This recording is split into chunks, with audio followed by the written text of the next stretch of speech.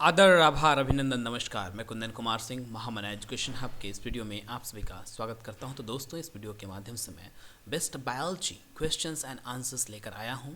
आप किसी भी एंट्रेंस एग्जामिनेशन की तैयारी कर रहे हो, चाहे स्कूल का हो, कॉलेज का हो, या फिर किसी भी कॉम्पिटिटिव एग्जामिनेशन की तैयारी कर रहे हो, ग्रुप डी से लेकर फर्स्ट क्लास ऑफिसर तक के एग्ज़ाम्स में ये सब क्वेश्चंस बहुत ही महत्वपूर्ण हैं। आप इस वीडियो को पूरा देखने का प्रयास करें और मैक्सिमम लोगों तक शेयर भी कीजिएगा देखने के बाद में।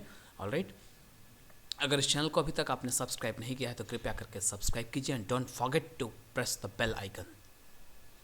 ऑलराइट, तो ज़्यादा समय न लेते हुए मैं शुरू करता हूँ। सबसे पहला क्वेश्चन है कि which of the following is not a primary food product. इनमें से कौन सा प्राथमिक आहार नहीं है, प्राथमिक भोजन नहीं है? तो इसके ऑप्शंस हैं vegetables, milk, cereals and fruits. तो इसका जो सबसे सही उत्तर होगा वो होगा मिल्क। मिल्क को छोड़कर वेजिटेबल्स, सीरियल्स एंड फ्रूट्स, ये तीनों के तीनों हमारे प्राथमिक आहार हैं। अगला क्वेश्चन है कि which of the vegetables have abundance of vitamin A and vitamin C. इनमें से कौन से वेजिटेबल्स यानी कि सब्जियों में विटामिन ए और विटामिन सी निहित है? तो ऑप्शन है इसके ब्रिंजाल, बैंगन, lady finger, potato and tomato. इसका जो सबसे सही उत्तर होगा वो होगा टोमेटो, यानी कि टमाटर में विटामिन ए और विटामिन सी दोनों ही होता है। ऑलराइट, पता है होगा कि आपको विटामिन सी खट्टे पदार्थों में होता है और विटामिन ए बेसिकली जिसमें पानी की मात्रा ज़्यादा होती है। तो टोमेटो में दोनों चीज़ होता है, उसका टेस्ट भी खट्टापन होता है थोड़ा और पानी भी होता है। ऑलराइट, चलिए नेक्स्ट क्वेश्चन है कि which of the following defence of the human body against bacteria. इनमें से कौन सा बैक्टीरिया के अगेंस्ट हमारी रक्षा करता है ह्यूमन बॉडी की? तो ऑप्शन है हीमोग्लोबिन, फैगोसाइट्स, आरबीसीज यानी कि रेड ब्लड सेल्स और ब्लड प्लेटलेट्स। तो ऑप्शंस हैं इसके ये, और सबसे सही उत्तर होगा इसका होगा फैगोसाइट्स। तो फैगोसाइट्स वो चीज़ है जो बैक्टीरिया से हमारी रक्षा करती है, वो हमारे शरीर में निहित है, मौजूद है। अगला क्वेश्चन है कि which of the following nerves connected from the eyes two years. Important question है कि हमारे आँख से कान तक कौन से नर्व्स ये हैं कनेक्टेड हैं जो उनके फंक्शन में मदद करता है। तो ब्रेन के पार्ट हैं, देखिए सेरेब्रम, सेरेबेलम, मेडुला और स्पाइनल कॉर्ड। तो इसका सही उत्तर क्या होगा? सेरेबेलम। ऑलराइट, सेरेबेलम हमारे ब्रेन का पार्ट है जो हमारे आईज से ईयर्स में कनेक्ट होता है। Next one is leukaemia is a disease. Leukaemia is a disease that results from some kinds of disorder in the blood. Precisely leukaemia occurs due to. Options हैं क्या क्या, देखिए haemoglobin increase in the blood. Leukaemia कब होता है हमारे blood में? देखिए इसके ऑप्शंस हैं haemoglobin increases in blood, marked increase of white corpuscles in blood, marked increases in protein and calcium, marked reduction of proteins and blood. तो इसका जो सबसे सही उत्तर होगा वो होगा बी। मतलब कि ल्यूकेमिया कब होता है? जब हमारे शरीर में white blood WBC white blood corpuscles में मार्क बढ़ जाते हैं, उनमें धब्बे पड़ जाते हैं। तो then leukaemia occurs in our blood. और आपको बता दूं कि जो वाइट ब्लड सेल्स हैं, WBC हैं, वाइट कॉर्पोसल्स जो हैं, ये हमारे शरीर की रक्षा के लिए बहुत ही महत्वपूर्ण है।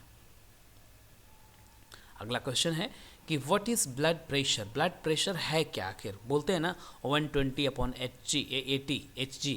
हाँ, तो देखते हैं क्या होता है कि what is blood pressure. Options हैं कि it is the pressure that the blood clot exerts over the brain. अगला ऑप्शन है, ये कहता है कि it is the pressure that blood receives on account of faulty commands from the brain. अगला है कि it is the pressure that fatness or old age exerts on the body's circulatory system. Or last one, which is the right answer from my point of view, is it is the amount of pressure on the blood as a result of the heart's pumping function and the resistance of the arterial walls. तो ये सबसे सही उत्तर है। Blood pressure की सही definition यही है कि it is the amount of pressure on the blood as a result of the heart's pumping function and the resistance of the arterial walls. तो ऑप्शन डी जो होगा ब्लड प्रेशर का सबसे सही उदाहरण है, सबसे अच्छी परिभाषा है, and this is the right answer over here, option D. अगला है कि select the correct pairs of disease and it's causes. कौन सी बीमारी किसके कारण होती है, कॉजेटिक एजेंट के कारण होती है, इनमें सही मिलान करना है। तो पहला है ट्रिकिनोसिस। ट्रिकिनोसिस किसके कारण मिलान किया गया है, बैक्टीरियल इन्फेक्शंस, नो। नेक्स्ट है sleeping sickness, eating uncooked pork, नहीं।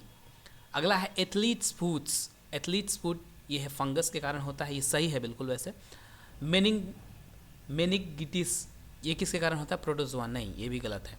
तो एथलीट फूड जो होता है वो फंगस के कारण होता है। एथलीट फूड में क्या बताऊँ आपको, एक बीमारी है जो बेसिकली एथलीट फूड इसका नाम दिया गया है इसलिए क्योंकि एथलीट जो होते हैं, जो धावक होते हैं, बेसिकली उनके पैरों में होता है ज़्यादा देर अपने पाँव में गीले सॉक्स पहनने से या फिर अनवॉश्ड सॉक्स पहनने से हो जाता है। उस पर क्या होता है कि बहुत ही छेद छोटे छोटे से होते हैं और बाद में दर्द करते हैं, वो बिकॉज ऑफ फंगस बोलते हैं, फंगल इन्फेक्शन भी उसको बोलते हैं उसको, और एथलीट फूड भी कहा जाता है इस बीमारी को। ऑलराइट, तो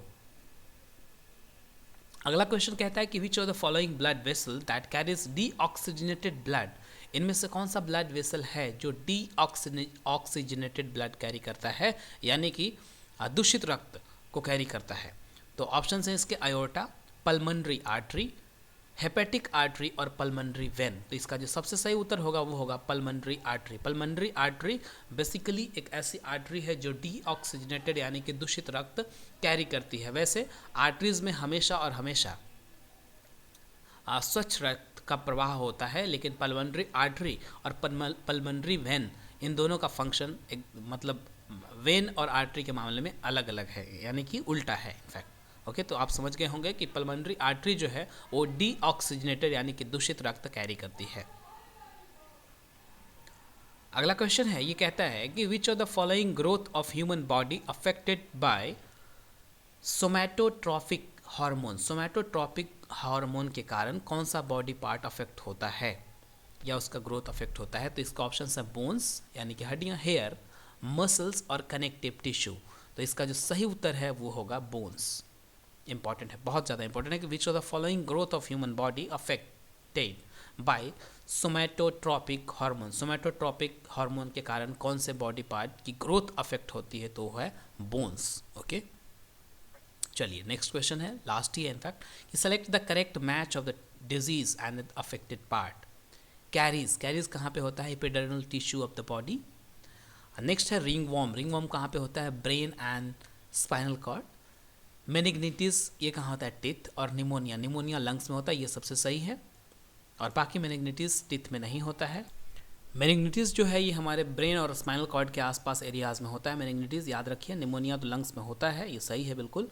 और रिंगवॉर्म जो है ये हमारे स्किन में होता है, कहीं भी हमारे स्किन पे हो सकता है रिंगवॉर्म, जिस धब्बे पड़ जाते हैं इसको, और हिंदी में खुजली, खाज वगैरह भी बोलते हैं इसे।